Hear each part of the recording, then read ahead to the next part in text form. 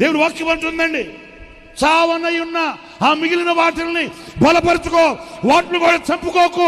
ఇప్పటికే నీవు బ్రతుకు ఉన్నావని పేరే కానీ నీవు మృతుడవే, జీవముతో కూడినవి, సజీవమైనవి నీలో కనిపించట్లేదు. నిర్జీవమైపోయినాయి అన్ని. సాక్ష్య సంబంధమైనవి, సజీవమైనవి నీలో కనిపించట్లేదు. ఇప్పటికే నీలో చాలా మార్పు వచ్చేస్తుంది. ఒకప్పుడులో ఉన్న ప్రార్థన, ఒకప్పుడులో ఉన్న నిరీక్షణ, ఒకప్పుడులో ఉన్న పరిశుద్ధత, ఒకప్పుడులో ఉన్న సమర్పణ, ఒకప్పుడులో ఉన్న వైరాగ్యం ఇప్పుడు నీ లేదు, చచ్చిపోయాయి. ఆ మిగిలిన్నాయే, ఆ మిగిలిన్నాయి 2-3 అయ్యన్న ఈ నూతన ఈ సంవత్సరాంతంలో మినుకు అంటే ఎదుగుతున్నాయి.